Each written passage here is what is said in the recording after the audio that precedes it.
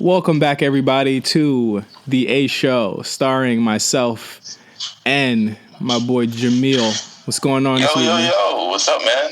Shit, let's get it. I'm ready for Survivor Series. Yeah, we're here, bro. I'm not even gonna sugarcoat it. I'm not even gonna belabor the point here. We got a pretty stacked show today. We're gonna be doing a lot of predictions. It's our first prediction show, and I know Meelz doesn't actually do predictions. Is that correct? Yeah, I really don't do. I gave up doing predictions a very long time ago, just because, I don't know. Part of it took the fun out of actually watching for me, and then part of it's what do I really gain from predictions? Oh my god! I'll do it for the purpose of this podcast. I'll hit the some shit going on in the background. Okay. Of course, Meelz is watching a Knicks game. I'm watching the Knicks game. As if they're not going to lose. All right.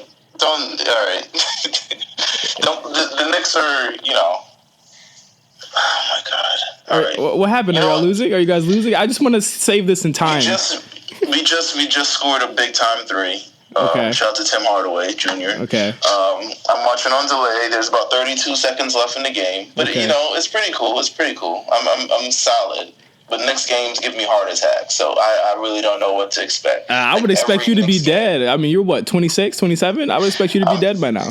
Nah, it's really they're really impressing me this season. But what's been really impressing me as well is how the way the Survivor Series card is shaking up, and I just did the cool segue. Oh yeah, just so that we wouldn't belabor the point. But before we even start on that, we're gonna of course go through No Holds Barred, our new segment of the show. Very slow week, all things considered, from our first 3 weeks of doing this show. We're actually getting down to the nitty gritty of a lot of things this week. So really slow week, but I mean, I'll just be the first to say, shout outs to James Ellsworth. It was announced around 6 hours ago that James Ellsworth, was released from WWE earlier today.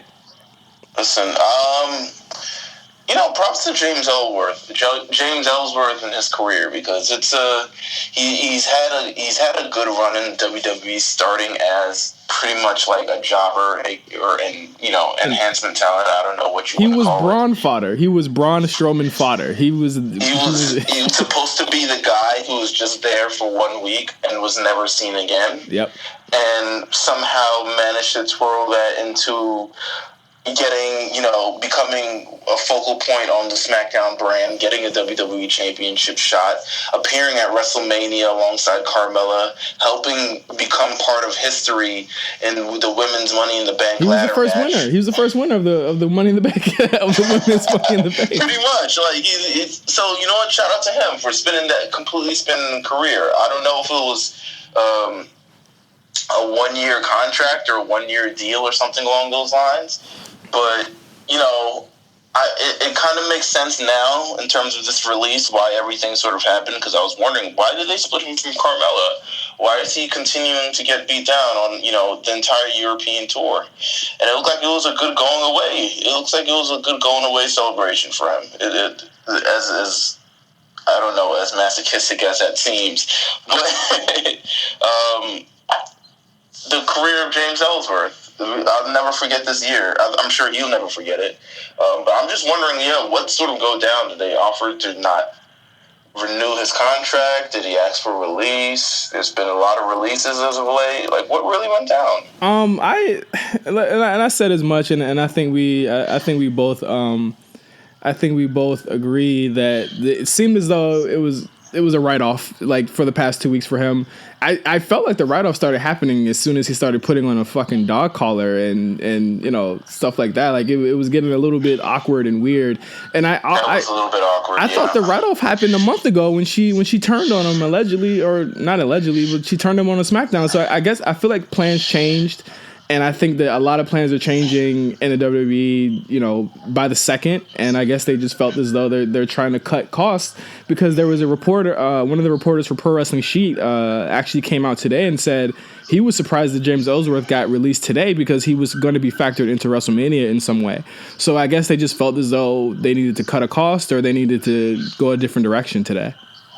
Yeah, it looks that way. Can't blame him. He's made a hell of a career, I'm sure, on the independent scene. He'll be making, at least for the first couple, of months, he'll be making quite a bit of bank. Yeah. But it looks pretty good. Shout out to James Ellsworth. That's all I can say. As much as he seems beloved even in this release. Yeah. Everyone's giving him praise. Everyone loved working with him. I think he made the best out of an opportunity that he was given. That was really just supposed to be a one-off opportunity. So, you know what? The major props to the career of James Ellsworth. The no chin music, all that stuff. Yeah, pretty much. I'm not mad. I'm not upset. I'm happy for the guy. The next news item is Paige is coming back. And I guess technically this could actually go a little bit later down the line in our conversation today. But Paige it's been reported that she is going to come back and her return is imminent. We just don't know when. She was seen backstage at Raw this week, and she was taking a couple pictures with Alicia Fox, and it seems as though they're primed and ready to bring Paige back to television. But I did want to ask Meelz, and I guess we'll talk about this now and later, because there's a big gaping hole in a certain team on Survivor Series. But what show do you think she's going to be on? It might. I want to say maybe. It looks. Everyone's saying Raw, and I don't think it's. I never thought it was Raw. I never thought she was coming back on Raw. I don't think it should be Raw. But then again, as much as SmackDown desperately needs new talent, I feel like it definitely should be SmackDown. Yeah. But I would completely understand if it was also Raw, because I feel like they need at least another big name on Raw. They've exhausted all of their, they've exhausted pretty much all the women in all the sort of roles besides Asuka. Yeah. But then again, they're also on Raw. They're not doing any secondary program really. So yeah, I wouldn't be having Paige getting beat by Asuka right now either. But we'll talk about this in a couple of minutes. The last news. Go ahead. I think a nice reveal if Paige, there is a gaping hole on the SmackDown side for the women's elimination match. How sweet would it be if Natalya walks up and is like, hey, she assumes she's in the match and then walks right past her is Paige, and it's just... And there's a program. There's a program right there. It's a good moment. Yeah. So, and let's see how that goes. The last news item I want to talk about is the Bill Goldberg 24 special that came on Monday night after Raw. You got a chance to watch that? I think today. Literally just watched it right before we got on. I think this is one of the best documentaries they've produced in a really long time. I liked Finn Balor earlier this year. Finn Balor was really good, but I think this was a side of Goldberg that we never got to see, or we've never seen before, and I really fucking loved it. I love seeing, I guess, dehumanization of Bill Goldberg, because I feel like for a long time, what we've known from Bill Goldberg and his relationship with the WWE is that he's been very, very bitter. And this documentary kind of puts a spin on it. It kind of gives you a chance, and it's a learning lesson as well, to say maybe, just sort of there's time to let things go, especially when there's a bigger purpose or a bigger picture. And he wanted to perform in front of his son and his wife for the first time, and he wanted to sort of erase the sort of demons. You see him going backstage. There's a clear contrast in how he was backstage, and when he first entered WWE, and right now he's shaking hands. He's trying to get to know people a little bit more instead of isolating himself. And partly for me, I think he isolated himself just because that's how the business was back then. I think everyone was kind of sharks. There's a lot of politics in play, and it's much less of that now, and it's very close. It's a very good open environment. Yeah. Judging by the recent returns we've had, like Kurt Angle and Sting and Goldberg, I feel like this is the best time to return to the WWE. Absolutely. It's really the best environment they've had. They're staying true to their culture. They stay true to Bill Goldberg, at least. They made Bill Goldberg Survivor Series. Who could forget last year when he beat Brock Lesnar in a minute and a half? Like, it is what it is. But it was good seeing. It was good seeing Bill Goldberg, and it really showed just like how much pressure he actually had on. Oh man, the part where he was working out and he was like, I'm gonna hate this, and he starts working out, and I'm like, oh man, like this dude he's not a young guy, and he has this level of like perfection, and I thought it was kind of scary where he was like he wants to look at a certain level. And if you remember last year, like he looked crazy when he came back, like he looked like it was back in the 90s.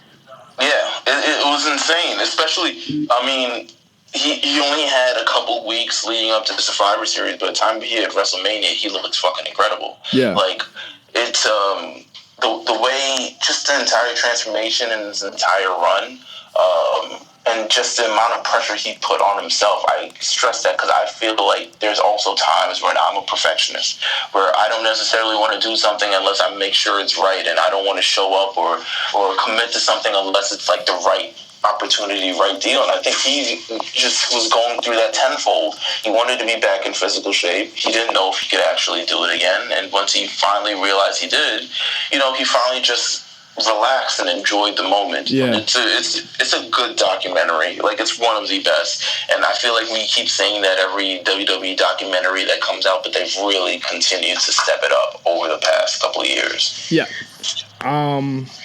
All right, so that's No Holds Barred for the week. I just want to get into Raw. I don't think Raw for the second time in a week was as well. Actually, no, Raw was pretty eventful last week. I don't think this week's Raw as a go home show was as eventful. But I did want to talk about a couple of things on Raw this week. And that's not to say Raw was a bad show. I thought Raw was an okay show this week. I thought Raw was an okay show. I think it didn't stick the landing because obviously they were saving it for SmackDown. Yeah, they were saving it for SmackDown. Yeah. So we got that very awkward ending to Raw this week, which had no Survivor Series implications at all. And it kind of ended, and it was like, I don't know. It was very strange. Like, I was just like, okay, that's how we're ending it. All right. Maybe they really wanted to get people hyped for this Goldberg thing, but it's just, No, I don't think that was it. I think the talent had to get their asses to Charlotte and get there in a reasonable time. You're probably right. But some big things did happen on the show. The final participant for the females 5-on-5 match, or the women's 5-on-5 match happened. Females, baby. I said the females. Sorry. So bad. So wrong. I'm just reading it off of my. I was like, I have it written really weird. But it was revealed to be Bayley and not Paige. Of course, Bayley is the final participant in this match. Had a pretty good 3-way match between her, Dana Brooke, and who was the last person? Mickie James. Mickie James. It was Mickie James. Yes. But listen, two people who could not have mattered anymore in this sort of triple threat, and it's sad because Mickie has had a great month, and that's it. I can't really say anything good about Dana Brooke, I'll be honest. Well, I thought Dana had a good moment with Asuka, and I remember I was saying I was very worried about Asuka being in this match, but I can tell that they're trying to they're if not for anything, they're trying to make her look and feel important, in that she is the major reason why Bayley won the match in the first place, because Asuka, of course, delivers a spinning kick to Dana Brooke, and I'm like, they're still protecting Asuka, and they're still making her look cool. She looked cool in that segment to me. And I feel like they're still replicating. They want to continue to expose Asuka to an audience, so they're putting her with partners she's familiar with. Yeah, like we aren't quite seeing, you aren't seeing Asuka versus Alicia Fox or Asuka versus Sasha Banks yet, but we're probably going to get an Asuka versus Dana book program for the next month or so. But they're continuing to put her with partners she's familiar with, just so it could show her off a little bit more. Yeah. I think it was a good showing from Asuka. Yeah, it was a good moment. Pretty good moment, and I think we all knew Bayley was going to be the fifth. I'm not really sure why they belabored this and held off for so long. I was like, there was no one else that it could be. It would have been nice if they didn't, but because I feel like, if they were committed to the Bayley story, this would have been a very critical point, the point where maybe your confidence is shot. But I don't think they're committed to any story with Bayley. They just was like, all right, let's just fifth person. Come on, let's just do it. I don't know why they dragged it out, but they did what they did. Yeah. The second stray thought for Raw was the Paul Heyman Brock Lesnar segment on AJ Styles, which I thought was absolutely incredible. It was fantastic. I feel like this is what we should. Yeah. But the thing I love about it is that this is a match that doesn't need to be built up like crazy. You know what I'm saying? Like, this is a match that I'm already invested in. I'm already sold in. I don't need a promo. Just give it. I just want to see the match. Just give the match. Yeah. At the same time, it would have been nice if they had a little stare down, but I think because AJ is so short. Because I don't know if you saw on SmackDown, like Jinder Mahal looked like the Taj Mahal compared to AJ Styles. Like AJ Styles is barely on camera, and Jinder Mahal is just towering. But you know what's crazy? What's great and kind of crazy is that AJ is a small guy, and they're selling him as a small guy in this match, but they're not selling him as he's a weak guy. Like, remember how they used to sell Rey Mysterio as like, you know, he just has heart. They're like, no, like they're actually saying AJ Styles is the best underdog. Yeah, all this. Like they're saying AJ Styles has a legit chance of beating him because he is fast and because he is an exceptional wrestler. And I think that's a testament to how they feel about AJ Styles. I think more than anything. Right. I'm excited to see this. I love the promo. I love the spontaneity. I love the live TV portion. Someone got it proposed to during the segment, and Heyman decided to pay attention to that. I love when people do that. Like, don't ignore the crowd. Use that sort of thing. It's live TV. It makes it spontaneous. It makes it entertaining. It makes it cool. Also underrated is I don't know if anyone noticed that Brock is the one who told Paul what was going on. Because Paul didn't know what was going on. Brock kind of tapped him and said, "Hey, somebody just got proposed to over there." Like, and Paul, quick on his feet, went right to it. And I thought that was really, good. What is Brock Lesnar supposed to do? I mean, he's literally doing nothing but looking around. Exactly. for 8 minutes. He's like going around, looking around for 8 minutes. I'm sure he's noticing T-shirts. I'm sure he's like, man, I could really go for a hot dog right now. Like, I'm sure he can, like, what is he really doing besides looking at people for the next 10 minutes or so? Actually, I had this conversation with somebody probably about a day ago. Brock's contract, if he doesn't resign or opt to resign in April, his contract is up in August. Do you think he's going to resign in April? Like, I think I for all intents and purposes, like, there isn't anything easier for this guy out there right now than the WWE. Like, I would 100%. Resign. I'd resign. I would. I think I probably would too, but then it brings up the opportunity, like, what do we do from here? Yeah. I think, will he resign?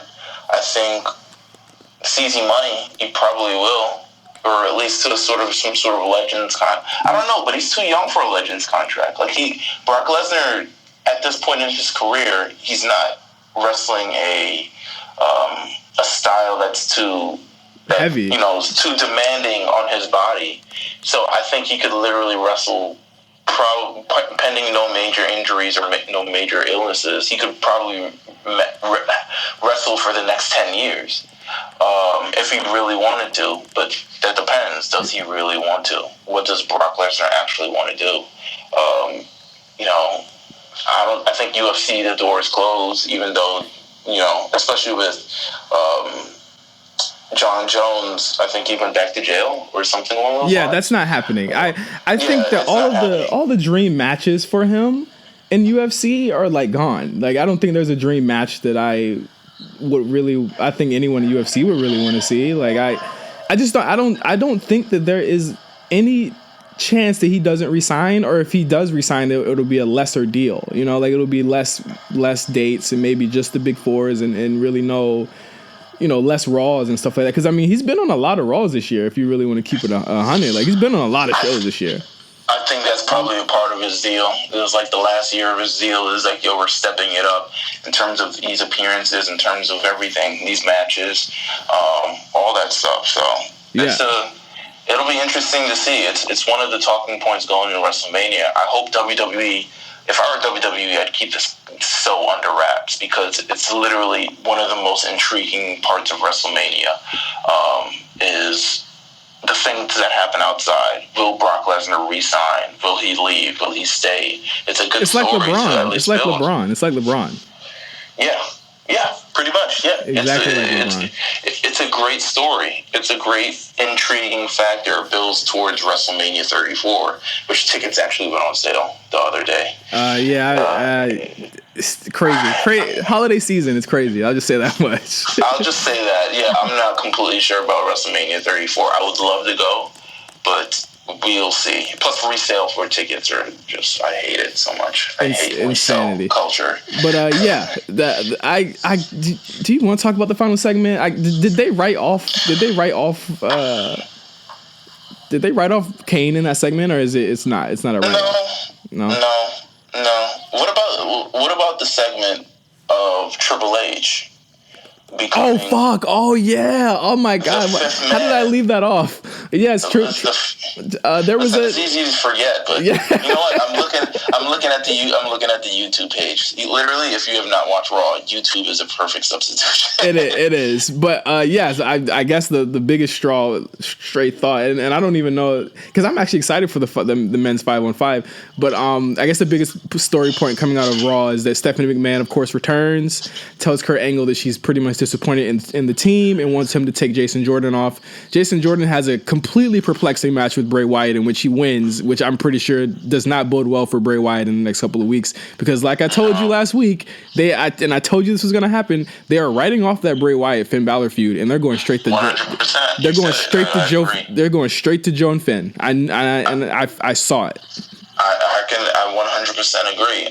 I think the Jason Jordan win was to keep him strong for what was going to happen next. Yeah. It's because if he lost and did that, it would have just been a complete overkill. And the people hate him as it is. People are not responding well to Jason Jordan as it is. It didn't help that he came out sobbing or crying or begging to be put on this team. I don't think that does any favors for his character in terms of redeeming it in the fans' eyes. It helps sort of story-wise, but I don't think with his character it helps. It kind of makes him more like a sniveling child.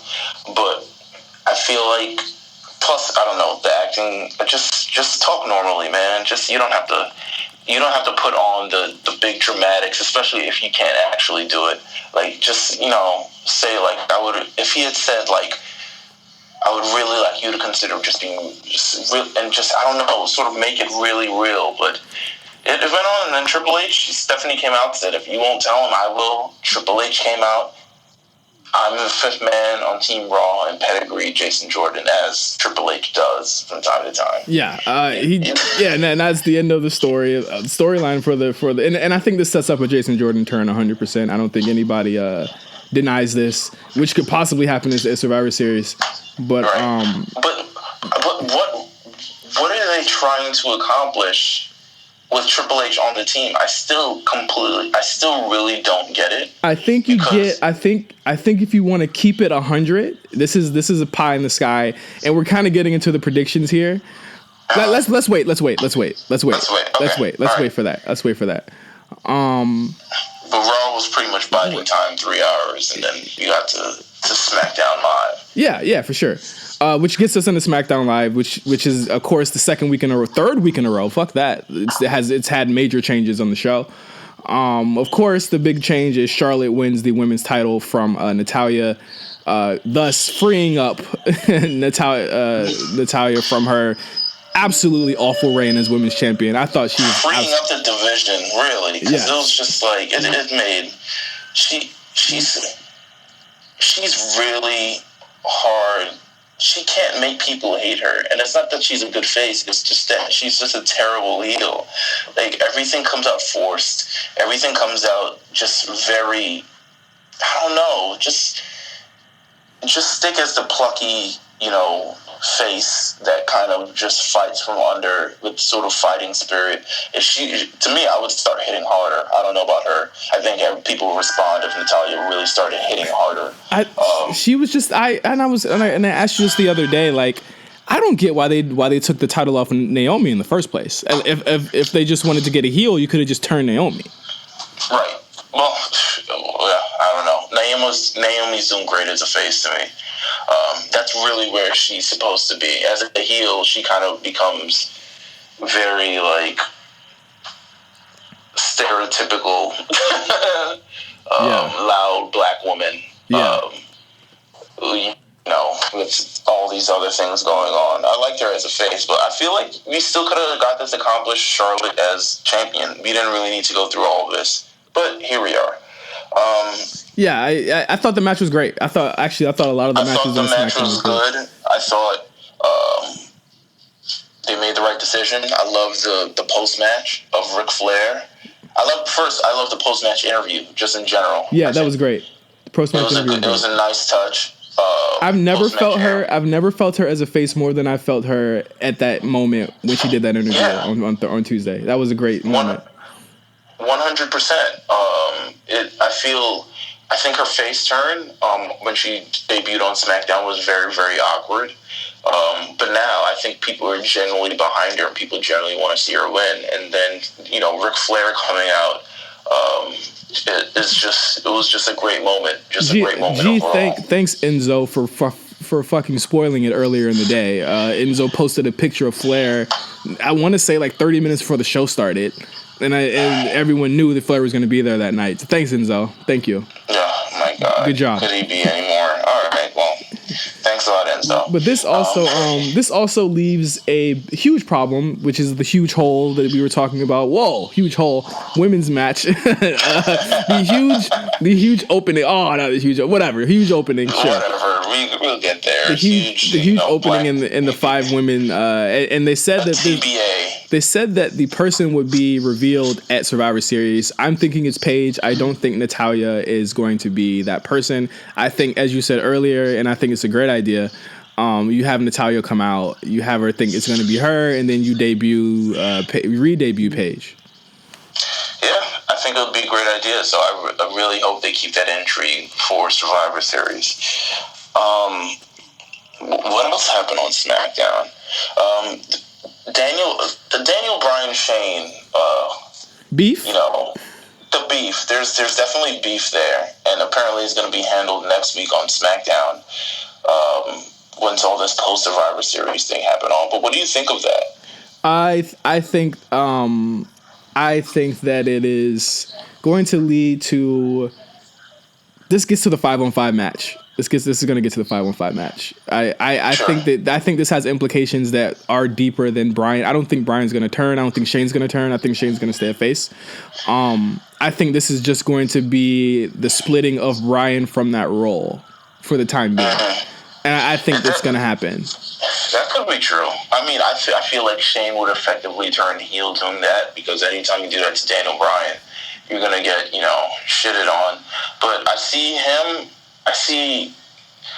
what I at least see now is Kevin Owens and Sami Zayn, I guess, getting into Bryan's ear and be like, it's not the right thing. Yeah. It's something along those lines, and maybe he aligns with them or something of the rather. But, we also had another title match in form of Sin Cara versus Baron Corbin, who ruined my bracket. You thought we were going to get Sin Cara versus The Miz? I thought Baron Corbin sucks. Like, he sucks, man. Like, there's nothing.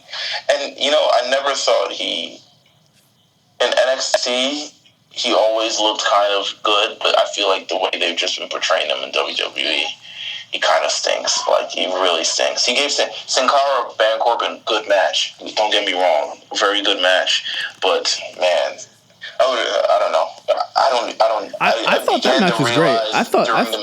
I thought that the Sin Cara Baron match was better than I expected coming into it, for sure. Had any right to be. Yeah. I was sitting through the match, and I was like, I'm really, pushing for Sin Cara to win, and I don't even know his finishing move. Like, what am I doing?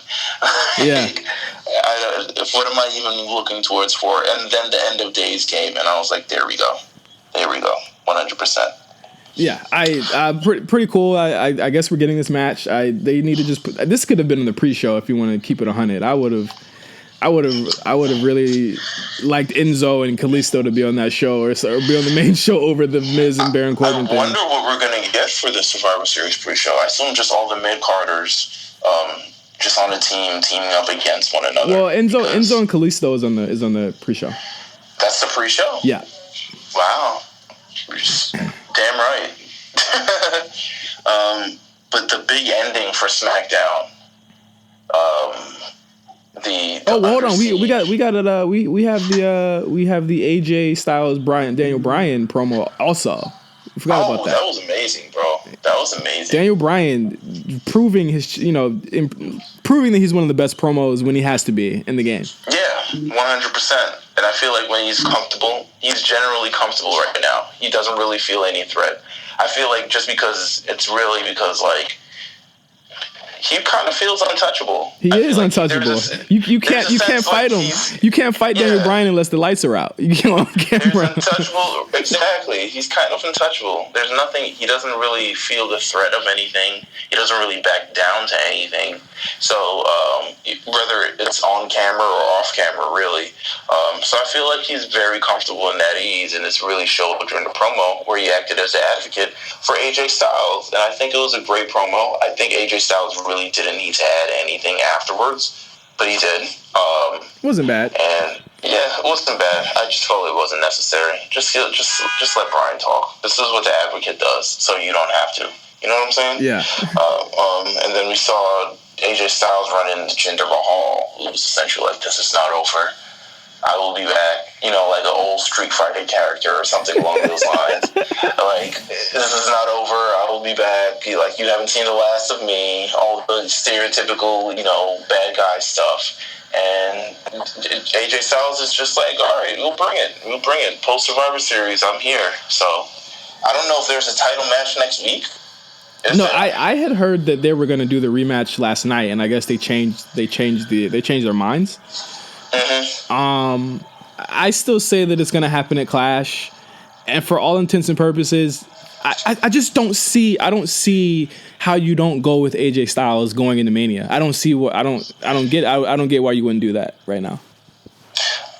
You know what? I'll have to see if they decide to go back with Mahal or not. Here are the things that are against Mahal right now.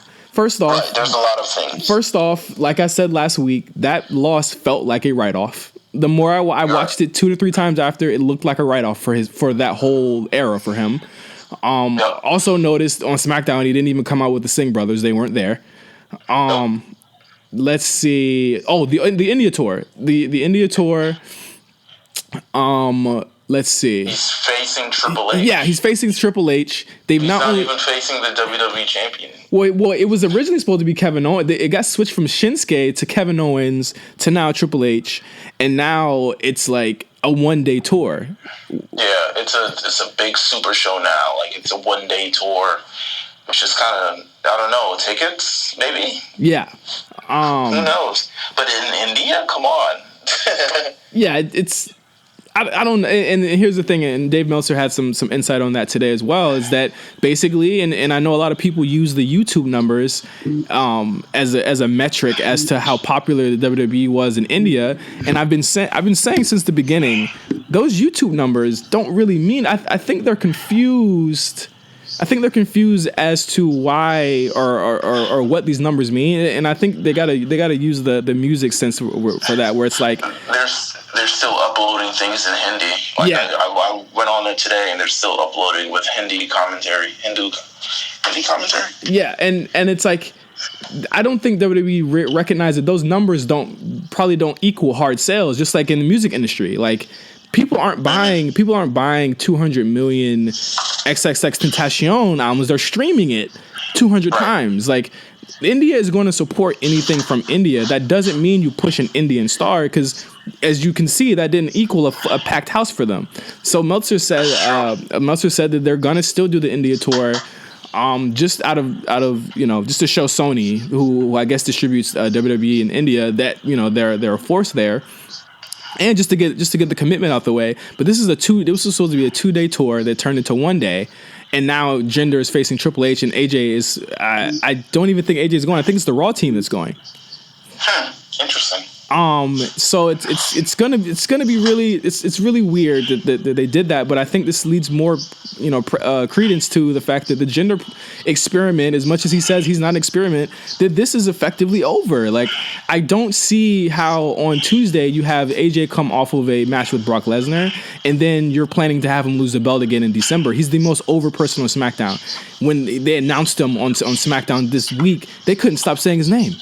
When Brock was out there, like from night and day, the moment we found out Brock was facing Jinder, did they say anything about Jinder? It wasn't even about Jinder anymore.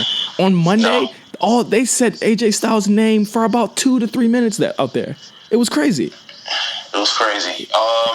You have to wait and see. But I'm gonna agree with you. I'm gonna agree with you up top. Also, Knicks won, so shout out to that. Yeah. I'm very happy. But yeah, Also, did you notice that the lack of Jinder helped it just frees up SmackDown 100%. A lot. It just freed up SmackDown.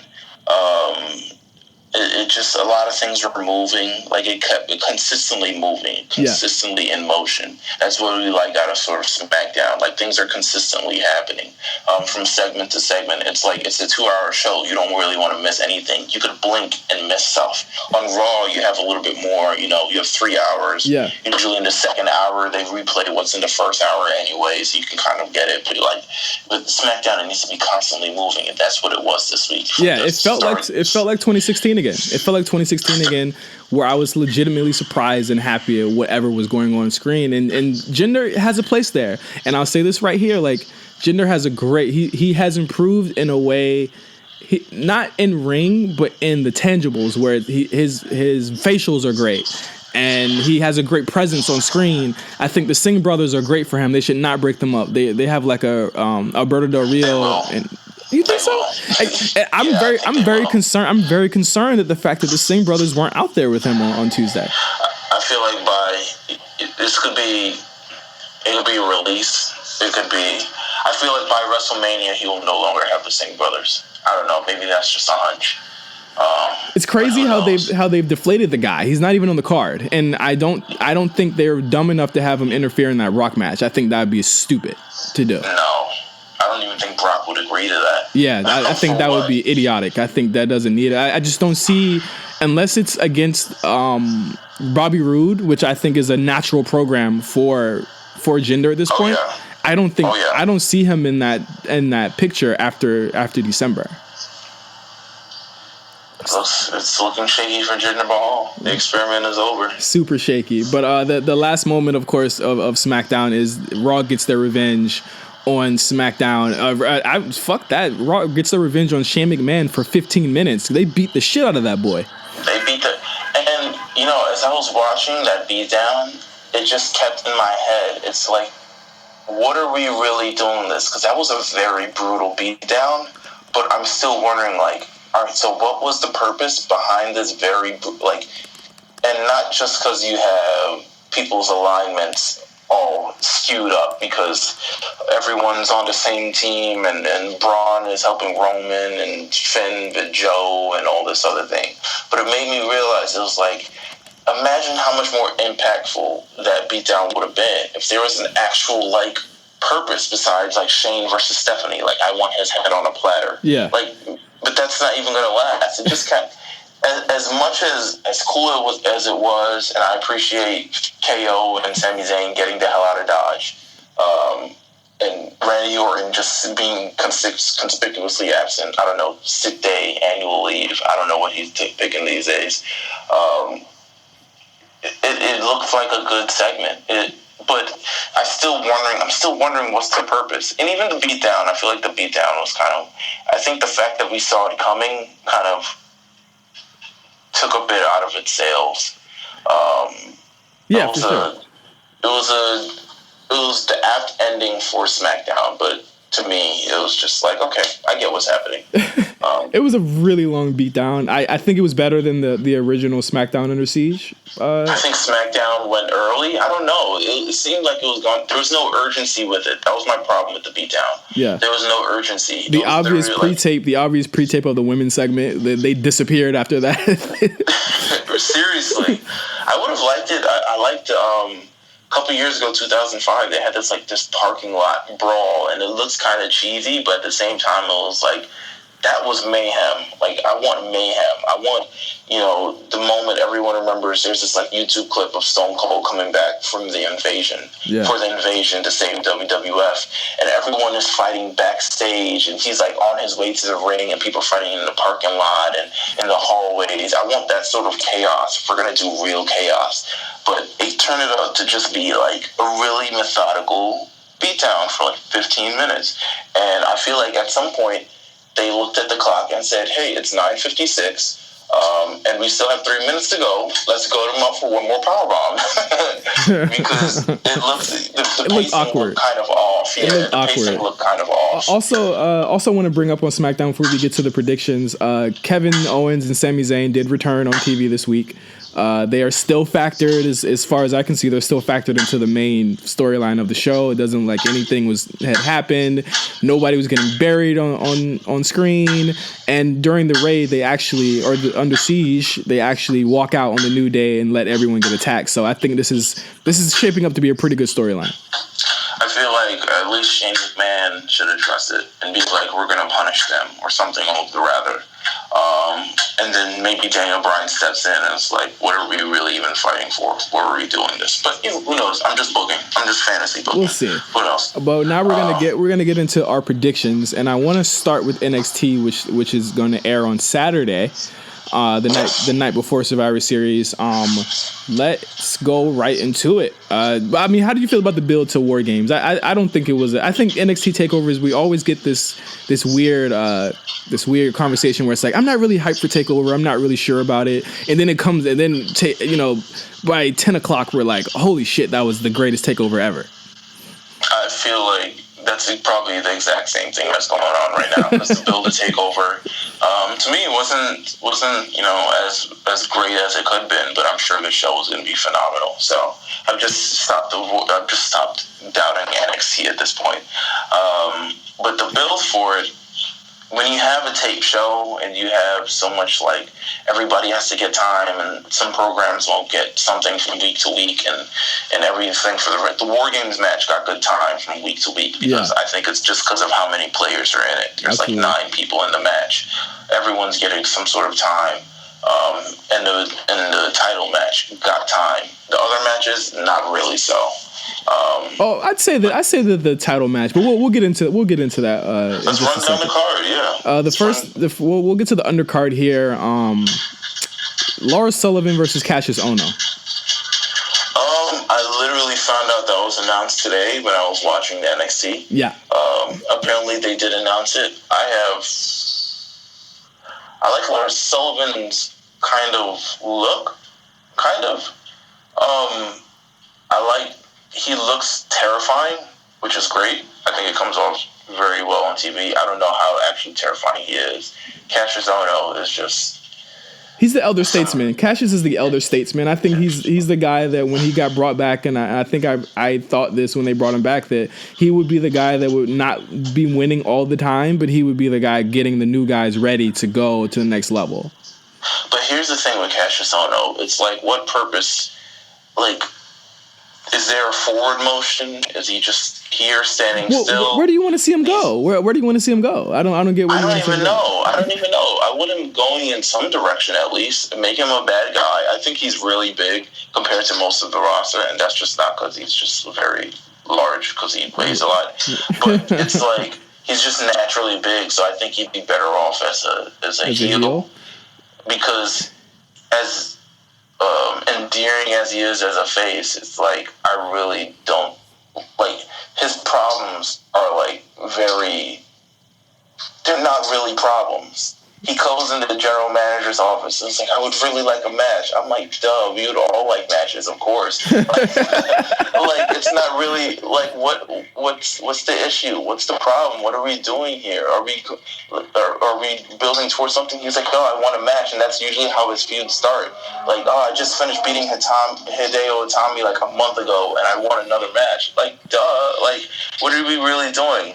I hope Lars Sullivan wins. I'm going with Lars Sullivan. I think Lars wins this match. Also, he's in the game, damn it.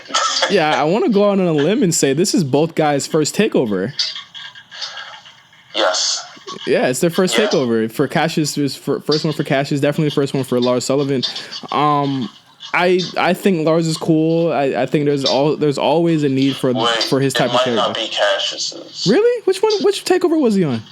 Did he show up in a 6-man once? I feel like he did. No, he's never been a takeover. It's never like Roddy. It was like versus Sanity. It was never like Roddy, him, and Dillinger or something. I don't remember. Fuck! He wasn't a takeover. It was a Mania one, wasn't it? It was, I think it was. He was something along those lines. This is his second one. Wow, that's crazy. Good for him. I think we're gonna get a great match. I don't think Cassius has been able to turn it up the way that we've seen him turn up on the Indies yet. I don't know if he'll be able to do that here, but I think this will be a good rub for Lars. There's always a need for a character like Lars Sullivan on these shows, so I'm not gonna rag on him too much, but I don't see the ceiling being that high for him in NXT as a whole, as far as like holding a belt or something like that. Nah, when he gets to Smackdown and Raw, he's gonna be big time. He's gonna be Braun. He's gonna be Braun again. That's why I'm like, it's kind of weird. Alright, yeah. We'll see. I'm picking Lars Sullivan. Yeah, I pick Lars Sullivan as well. If it's Cassius, I'll be shocked. The next match is something that a match that I'm definitely probably the most excited about on this show. Aleister Black versus Velveteen Dream, which is probably the best booked undercard match on this takeover, I'll say. 100%. Mind games, which is something they usually don't do on NXT a lot. They don't really give time for mind games since everything is really just left in the ring. Yeah. It's they haven't really faced one another in the ring. You haven't seen them in like a tag match or anything. I don't think they face each other at all practically, and it'll be a good test to see just how far Velveteen's Dreams and ring skills have come, and what Aleister Black can do with someone that's lesser than him, and hopefully bring them up to his level. And that's what that test is. That's what that test is for me, where it's like Velveteen has an opportunity to show that he deserves to be in that upper card, that upper level. He could show out. He could end up showing out. Like I feel like there's an opportunity. This is an opportunity for him. It's like, we just want to see what you can do, but he can just rise to the occasion. I fully believe it in him. And I think he can. I think he's really, I remember when Velveteen first started, he didn't really seem very comfortable in the role. And I think you've said that as well before. And as it's gone on for this year, he's really gotten into the role, and it has become him. And I really like the character now. And I don't think the Aleister train stops. I think he still wins. I think he's going to beat Velveteen Dream with a kick to the face. But I think this is going to be Velveteen's. It's going to be one of his best matches. I was going to say coming out party. It's going to be a defining match for him. It can be his coming out. Why not? This is what we're talking about, right? But yeah, I'm going to go with. If I have to go with one, I'd probably say the smart one is on Aleister Black. I don't see him lose. I don't see Aleister losing in the near future. I think if you get to a point where he's in a title program, I think he'll probably lose first time there. Yeah, 100%. But the next match, let's try and get it. I mean, there are 3 huge matches here. I guess the next one we'll go to is the. What do you think is closing this show? What do you mean? What do you think is closing the show? The War Games match. Okay, so I'll go to the women's match next. Kairi Sane versus Peyton Royce versus Ember Moon versus Nikki Cross for the women's title. This is a match that's been like 3 months in the making. I feel like they've done this match, And I'm looking at it now. They've done it such a disservice by extending it this long. Because we've gone without a champion on NXT for like 2 months. Yeah. Like 2 months. There's at least over 60 days. It hasn't been a women's champion. So everyone's just kind of fighting for this opportunity.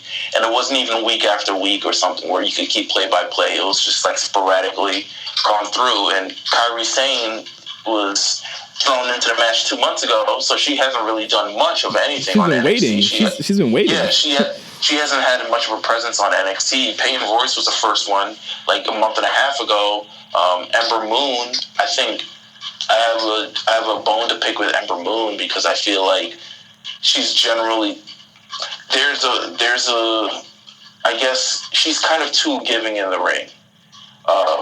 And she's not assertive. She doesn't take opportunities. And I'm not saying like be an asshole and, get your shit in. She doesn't get her shit in. She doesn't get her shit in. She's not assertive enough. It comes off less of her being, I think that will hinder her star quality. The fact that she's too giving, because then people are going to take advantage of it, and then when she eventually gets called up, she's just going to be another person who just loses but makes the talent look good. I think she's too giving. I would like to see her in this match take more, own more, be the star that she is, because she did get beat by Asuka twice. There's no doubt about it. She was supposed to be the one who dethroned Asuka, and she didn't get it done. And I'm glad that that's one of the best booking decisions they had all year, was not having Ember beat her in Brooklyn this year. I was begging them not to do that.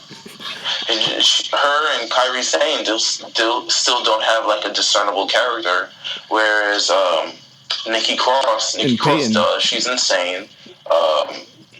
She'll be in the match. She adds that sort of insanity. Peyton Roy's character over the past couple of years have developed. So I feel like for the general build for this match, it done a disservice by waiting this long. Yeah, I feel like we could have got it something notable happened much sooner. I still think it's going to be a great match, though. I still think it's going to be an outstanding match just because of the talent involved. They're 4 different talent, though. I'm just wondering if they can all mesh well. I know they're all trying to prove something, but this will be the first women's Fatal 4-Way match since. Wait, no, I think there was another one. There was one that went went out the ring and everything. There was one that right. They've got a lot to live up to in terms of the women's Fatal 4-Way, because that Fatal 4-Way remember Becky versus Bayley versus Charlotte versus Sasha was one to live up to, and the last one they did where things just got out of control is another one to live up to. But we're guaranteed a new champion, which is always good. Yeah, for sure. I think. This might be controversial. I think that Peyton Royce is winning this match. I think going into this, I think NXT's had way too many face champions for the women's side. Peyton has worked her ass off. Peyton and Billy have worked their asses off for a really long time. I think the best thing you could do for them before you actually call them up, which I thought was going to happen earlier, is you give Peyton that run. I think all the great women that get called up at least have one run with that title. Because I don't think the other 3 women are going to be leaving the brand anytime soon. I think you want to have Kairi chase Peyton, or have Ember chase Peyton, or have Nikki chase Peyton. She's the only heel in the match. And I think psychology wise, you just got to give it to the heel. My gut says Peyton Royce. I want to also choose Kairi Sane, but I'm just really gonna. I don't think Kairi's taking the pinfall. I'll say that much. I think 100%. Yeah, she's definitely not. I think I'm gonna go with Peyton Royce as well. I think we've generally agreed on pretty much everything going from here. But we've had weeks of doing this. I think Peyton Royce. Yeah, Peyton deserves it. She deserves it. I think she's just been incredible as far as her improvement as a character goes. Her promos, her backstage interviews are great. In the ring, she's serviceable. She's actually better than a lot of the women that have been there that long. And I think it's deserving for her. The next match we'll have is Drew McIntyre NXT Championship match. It'll be him against Andrade Cien Almas for the NXT Championship.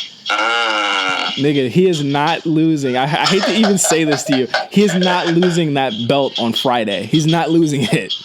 Why can't they? promoting the match like it's a big deal. Why would they even have the title match on Friday? Because okay, for anyone who doesn't know, Drew McIntyre will be facing Adam Cole in San Antonio the night before Takeover with Shawn Michaels as the guest referee.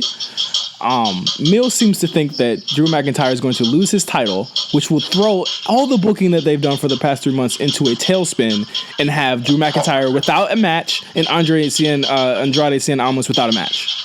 What do you mean? It's not without a match. You're not gonna put two heels. You're not gonna put two heels against each other. You're not gonna put two heels against each other. NXT's book. Drew McIntyre versus Andrade Cien Almas. Like they can still have that match. Why? He doesn't want to just fight Drew. He wants the belt. Why? That doesn't make any sense. But then that makes it so much better because now he really has something to fight for, and Drew has something to fight for. He feels he was cheated out of an opportunity. Meelz. This is worse than you thinking. This is worse than you thinking Ty Dillinger. This is worse than you thinking Ty Dillinger was going to get a fucking NXT title match earlier this year. This makes so much sense. No, it doesn't. You don't even know. Listen. So NXT, listen. NXT booking Shawn is Michaels is the referee. Bro, what's that about? hold on 1 second. And Shawn is only there so he can super kick Adam Cole. But listen, NXT booking is never this complicated. They would never do that. Do you realize that the War Games match would then have to be completely changed, and that Drew would have to be on the Undisputed Era because they'd be missing a partner because Adam would have to go against Andrade to have a title match. What do you mean? Now the champion is in the War Games match. They have Cien Almas and Drew McIntyre fight for the number one contender or something. Both are pissed because they've lost. So why are they fighting each other? Because they're fighting for number one contender. Bro, No, because Drew gets a rematch. What are you talking about? Drew gets an automatic rematch. Like he can listen. This still makes so much sense. No, it doesn't. I just ruined the whole match for you. The way it is, it's just the championship moves to Meelz, I'm not listening to you. We're gonna judge the match on what it is because he's not losing them. He's not losing the title on Friday. Let's go. It's Drew versus Cien Almas for the title. What do you think about it? I think shout out to Selena Vega for making this any sort of a program, but I still feel like it's a very subsidiary B-side program.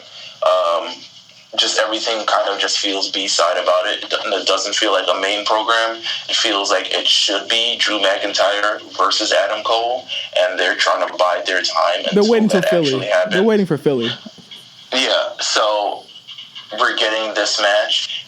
As it stands, if Drew McIntyre goes into NXT Houston as champion, he will win this match. And I have nothing. Yeah, he will win this match. He is going to go into. Drew McIntyre should be called up. Like I think he doesn't even need to be down there anymore. I think people are starting to get sick of him. Yeah, they're going to turn on him pretty soon. I think when he goes against Adam, which is inevitable, I think the crowd is going to turn on his ass too, because they want to see Adam with that belt. But he hasn't had a big reaction as champion. Yeah, so. Not at all. And he keeps looking like a dork every time it's time for a large 6'7", 260-pound dork. Like it makes no sense. He's chiseled out of granite, but he looks like a dork every time by people half his size. Yo, you don't like him. You really don't like him. You really do not like Drew McIntyre. I don't like him in his current state. I like him. I would appreciate him more as. He would hit harder as a heel. Like, it would make complete sense. The dude is huge. He's friggin' huge. Like, why would he be a face fighting and just a huge face fighting these tiny heels? Like, what is that about? Well, come on. Like, everybody in NXT, everyone in NXT is tiny. I don't. Well, what is his gimmick anyway? Like, he's for the people. His gimmick is for the people. He's not people's champion. You are really negative on NXT right now. I don't like it. I'm sure the show will be fine. I'm choosing Drew McIntyre. I'm also choosing Drew McIntyre, but I want to give a special shout out to Cien Almas for finally, and I've been saying this for weeks, he's finally grown into the character that I feel as though WWE felt as though they signed a year ago. To be fair, they have not given up on him. Yeah, they have not. I also feel like he's still like stereotypical like fancy Mexican heel. I don't know. It's a little different. It's a little different. I think it's a little different. It's more like remember the SA Rios. He doesn't like to party anymore. What What do you mean? I think he does, but the Selena Vega has just reeled him in. I don't know about that, but again, Drew McIntyre wins this match. I think Andrade. I'm sorry, man. I always like for NXT to have like a TV title. I think Cien Almas would be perfect for a TV title for NXT. Well, I agree. I think he'd be the perfect candidate. He'd be like the longest reigning TV title champion, like in the division or on the brand. I feel like you need to have a secondary title for guys like him to give these guys something to fight for. Because once he loses this match, I don't know where Cien Almas goes. He's not going back to Gargano. I don't know. Oh no, maybe catches Ono. I don't know. Who knows? It's so whack. But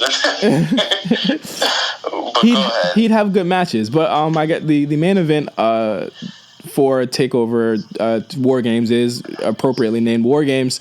Undisputed Era versus Sanity versus Authors of Pain and Roderick Strong. What do you think about it? Roderick Strong and the Authors of Pain feel very awkward as a team. It's literally I'm not even sure if they're even faces, because they worked as heels for the past as soon as they came back. I don't even know what they are. I don't know why Roderick's with them, because he's clearly a white meat babyface. He's like the only clear cut babyface in this match. Right. I don't. I'm interested to see what this match is going to be. I have no expectations. I think it's going to be chaos and mayhem. I have no expectations for this match. I just want to see how they pull it off. I think it's going to be nuts. I would have put. If I were booking this, I probably would have put McIntyre in this match. But I guess they could have no titles being defended, especially since you got the tag titles in here. I would have tried to maybe fit McIntyre. And again, this leads me to why he's not going to lose this match on fucking Friday. And also, let me bring up another point. You already know that WWE is going head to head with ROH on Friday and Saturday. Come on, they don't really see that as competition. Yes, they do. Kenny's on that show. The Young Bucks are on that show. WWE has a whole network. I'm not saying that they're not shit, but this isn't for the network. Like, dog, this is the show on Friday isn't for the network. It's for them to pop a fucking attendance. Yes, I'm talking about the reason why they can't have that big change on Friday is because they're only trying to pop. They're trying to pop an attendance rating. They're going to get I think Kenny and the Young Bucks are on that show on Friday. That's why they're doing this. That's why they're doing the Shawn Michaels thing. They're doing it. That's why they're even doing a show on Friday. That was just announced because they're petty. They did it on Mania weekend. That doesn't seem sketchy to you that we're having this. I don't know. It doesn't seem sketchy because they're trying to bury what they believe is competition. They did this last year. Like they do this all the time. I don't think WWE is thinking of ROH that much. Meelz, when Adam Cole doesn't win the fucking title, are you gonna say I'm right? Yeah, I'll say you're right. All right, thank you. Moving on to SummerSlam, or not SummerSlam, there's Survivor Series. Wait. Did you know that they added Pete Dunne versus Johnny Gargano? That's gonna be taped. That's gonna be a tape match. Are you sure? Yes, I believe it's on the card. It's on next week's NXT. It's on next week's NXT. No, I watched NXT today, and they said that he wanted a match for TakeOver, and yeah. No, I think it's on the card. It's on the TV. It was featured on NXT. It's on TV. Are you sure? Yes, it's on next week's episode because Ruby Riott and Sonya Deville is on that episode as well. Are you sure? Oh, it was taped, I guess, because it says it's on the card. I can look it up, but we'll see. It's a dark match. It's a dark match. I'm looking at it right now. It's a dark match. Okay. Let's move on to Survivor Series. Survivor Series. Hold on. Let me pull up this card.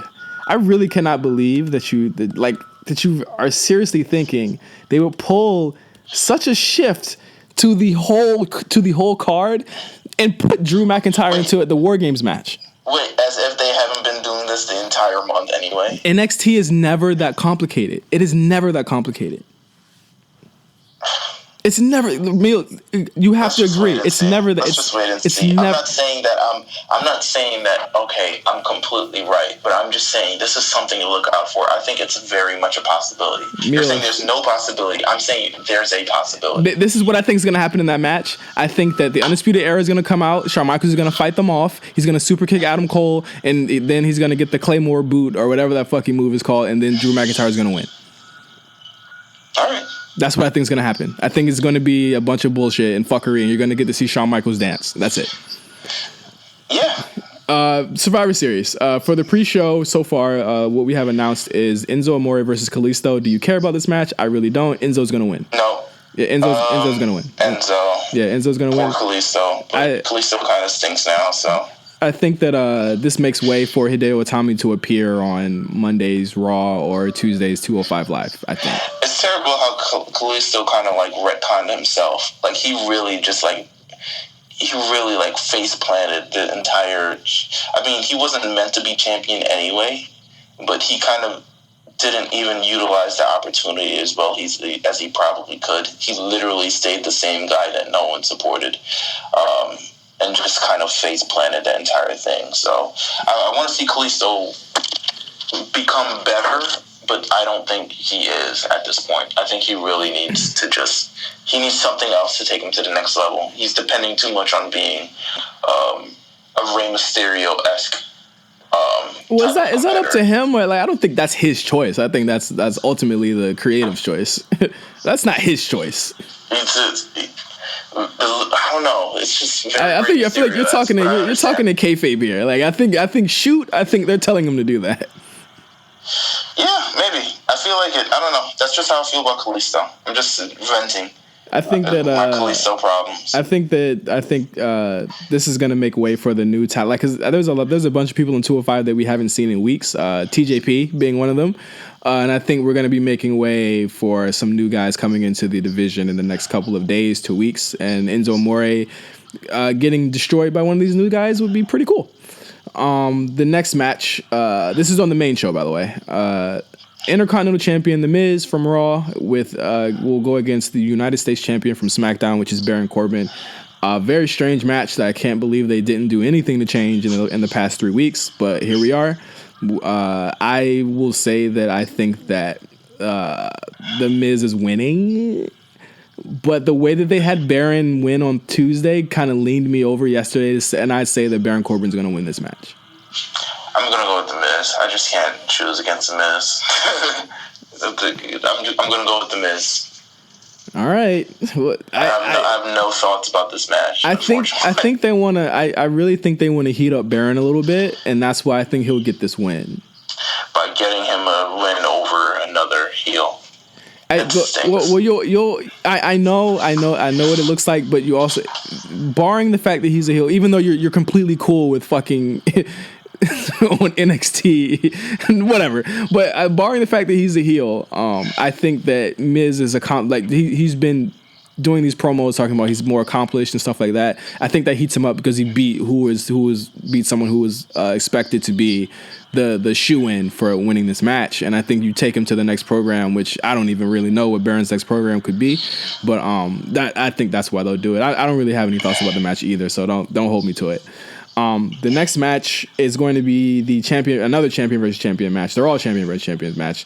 The Raw Tag Team Champions, Cesaro and Sheamus, The Bar versus the SmackDown Tag Team Champions, the Usos. This is another toss-up for me. I think the Usos win this. I'm going to go with the Usos just because I feel... Well, I'll tell you how I feel later on, but I'm just going to go with the Usos off gut feeling. I think SmackDown's going to need a W before the night is over. And this one will provide it. I think the Usos are on a good run. I feel like this is the opportunity. This is just one of those things that WWE does. I think people would like to think it's going to be Sheamus and Cesaro, but then they kind of just like, hey, nudge you. Oh, actually, boom, it's the Usos. I kind of see where you're going as to why the Usos, and I want to say, and before you even get to your point later, I think it has a lot to do with them saying that they're the greatest tag team in the WWE right now, and I think you want to keep that. You want to keep that that storyline and that characterization going. And I don't think that the Sheamus and Cesaro lose a lot from losing to these guys because they just had a Hell in a Cell match. They just beat the New Day, pretty much definitively a couple of weeks ago, and I think you want to have them going into that. And they're baby faces now. You just baby faced them, and I think you want to have them go back on SmackDown looking strong. With the next match, I'll go to, and I think I'll just go to the first 5-on-5. Team Raw. This is the women's match, by the way. Alicia Fox, Nia Jax, Asuka, Sasha Banks, and Bayley versus Team SmackDown. Becky Lynch, Carmella, Naomi, Tamina, and an unnamed participant, rather. I think that Raw is winning this. I'm going to go with. I think I'm going to go with SmackDown. I have lots of and I wanted to go with SmackDown before they did this whole fifth person thing, but and I still have problems with saying Raw. But the main reason I would say Raw, and I think you're overlooking this, is that Asuka's on that team, and I really think that they're gonna have her mow through a couple of these ladies. I think you're not pinning Asuka on Sunday. That's the thing. You're not pinning her on Sunday. You're 100% not. But there's more than one way to eliminate somebody in this match. I think, but then you kind of make her look dumb if you get a count. Exactly. But, count-outs to make people look dumb anyway. Exactly. And Asuka could run into something and die, and then she looks retarded. Sorry, dumb. I don't know. I just and the thing is that the big mystery here is if they do go with Paige as the mystery person and not Lana, or who would be completely disappointing if they did that, then how do you beat Paige on her first well, they did it to Nikki last year, right? Nikki lost last year when she came back, right? No, Nikki was jumped from behind and she was replaced by Natalya. Oh yeah. Okay, so and that started the blood feud of Nikki Bella versus Natalya, which we all needed. And I don't want to say that a lot of these matches are going to come down to a run in, but I feel like this might end in one.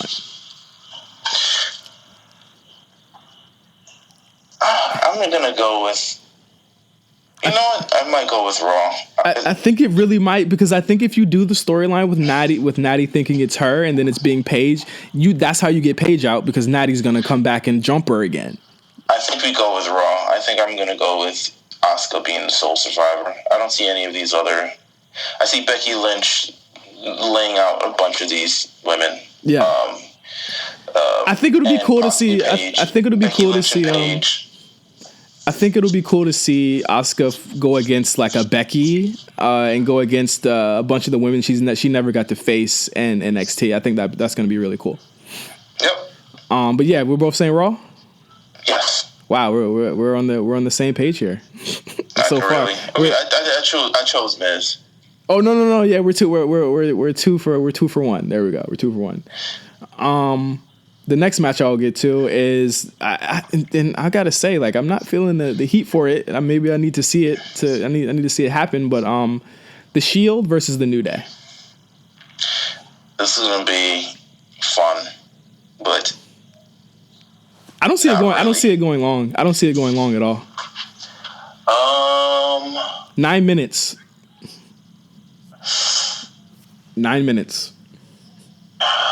Who would I choose? Want me to say mine? I think it's the Shield too. I think the Shield wins. This is their first match back officially on the pay-per-view. You're right. Second, New Day don't need to win to be New Day. The Shield needs to win just to move forward with all their Shields. And get the Shield reunion over with. I think I'm like done with it right now. Yeah, this is more of an exhibition match. I don't really feel like it's an actual match. I thought that they do probably, because it's SmackDown versus Raw this entire card, and it's the only time of the year that they'll face each other. I think it's similar to the vein of the AJ Styles versus Finn Balor, where this is a cool match that people are going to want to see. Right. The next match, the Raw Women's Champion Alexa Bliss versus the SmackDown Women's Champion Charlotte Flair. I don't do we even have to like? It's Charlotte. Charlotte's winning. Charlotte's winning. Yeah, I mean, I could see an opportunity where Alexa wins. I feel like Alexa, ultimate opportunist, but I just see Charlotte Flair. She has way more. But, all right, so, see, this is the thing I hate about predictions and why I feel so dirty doing it. Because predictions is less like, oh, I think this person's going to win because they should win. And this is more like, all right, we're booking like 3 months in advance, and this is why the person should win. So, well, okay, so what's your booking 3 months in advance for? I have no booking 3 months in advance. I'm just saying, but I feel like, okay, they're heading in this direction. Obviously, we're heading towards big Charlotte matches. With Natalya, there's a steel cage match coming in a couple weeks, and then there's probably going to be a rematch at Night of Clash of Champions. Maybe they want to keep her strong. Who knows? Maybe they want to keep Alexa Bliss strong because she's eventually going to face Asuka. I don't think that's going to happen soon. Here's what I'm saying. Here's what I'm saying. Like, are we balanced in our predictions so far? Because of the matches on this card, there are 1, 2, 3, 4, 5, 6, 7 matches. So there's an opportunity for Raw and SmackDown to win 3 and 3. And I think we're heavily skewing it because we think these people should win. Because I think right now I'm skewed more towards, if I'm looking at it, I pick Baron, that's one for SmackDown. I pick Raw for the women's. I pick the Usos for that. I don't know. I'm pretty even. I don't think you are though. I think they're gonna be even throughout. And I think there's a chance that Alexa could win. I think there's a chance Alexa could win.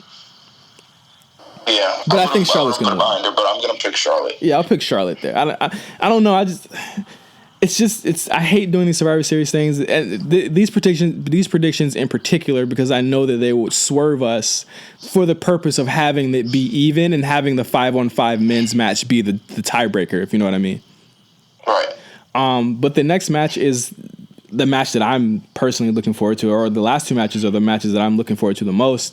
Universal Champion Brock Lesnar versus WWE Champion AJ Styles. We don't even have to predict any further than this. We know Brock is going to win. I don't think there's going to be any shenanigans with Jinder. I think this match could probably go over 10 minutes, I think. 10 whole minutes, huh? The Goldberg match went for 10 minutes. The Goldberg match was 10 minutes. That went 10 minutes? Yes. I don't believe that. Yep. I feel like Michael Cole was just talking out of his ass. Oh my God. Are you serious? Like between the entrances and the actual match itself, yeah, maybe it's a 10-minute segment, but I don't think it went a full 10 minutes. Meelz, do you want me to pull up the time for you?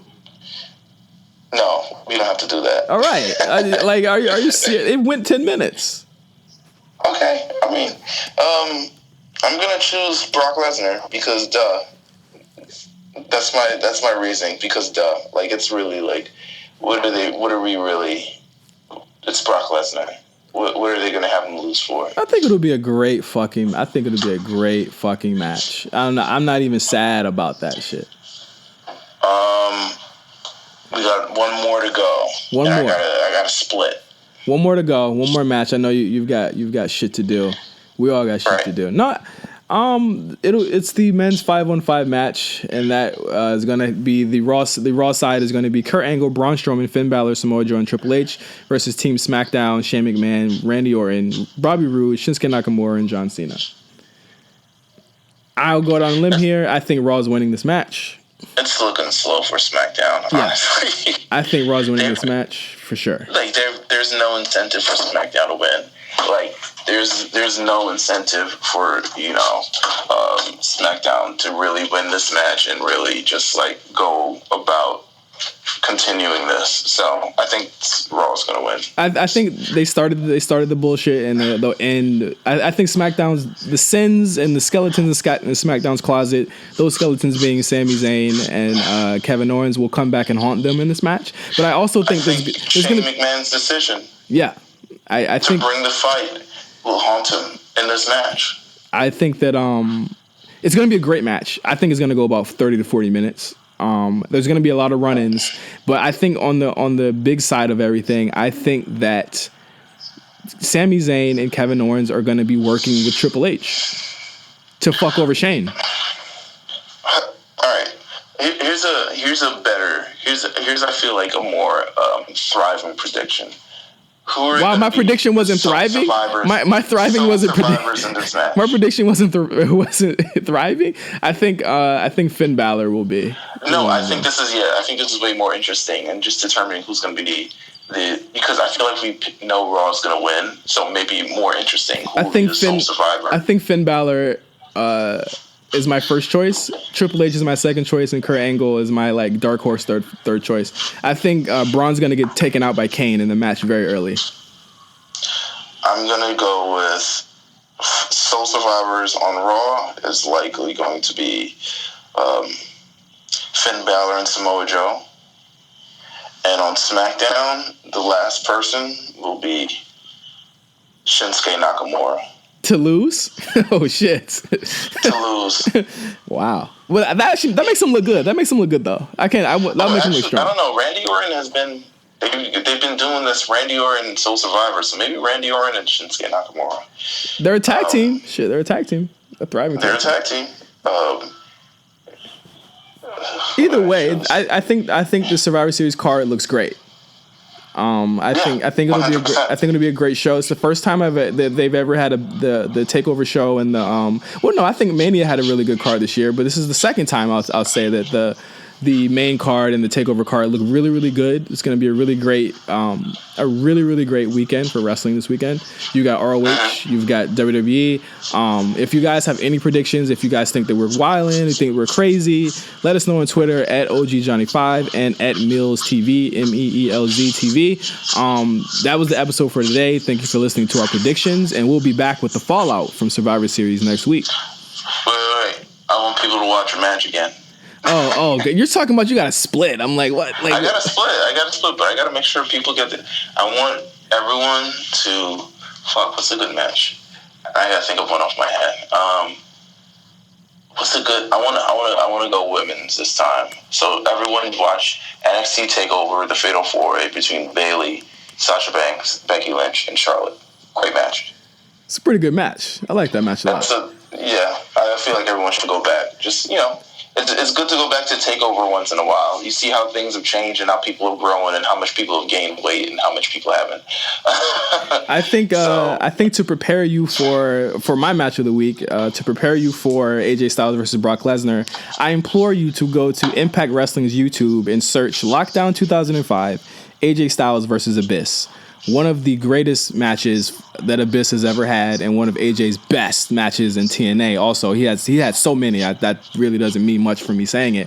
But Lockdown 2005, AJ Styles versus Abyss, great fucking match. Watch it in preparation for AJ versus Brock to see exactly how this guy can actually win against Brock Lesnar. I like it. Yep. I like it. Yes, sir. I try hard. But that's the show for this week. Thank you guys for listening. We'll be back next week on another episode of The A Show. Peace. Go Knicks.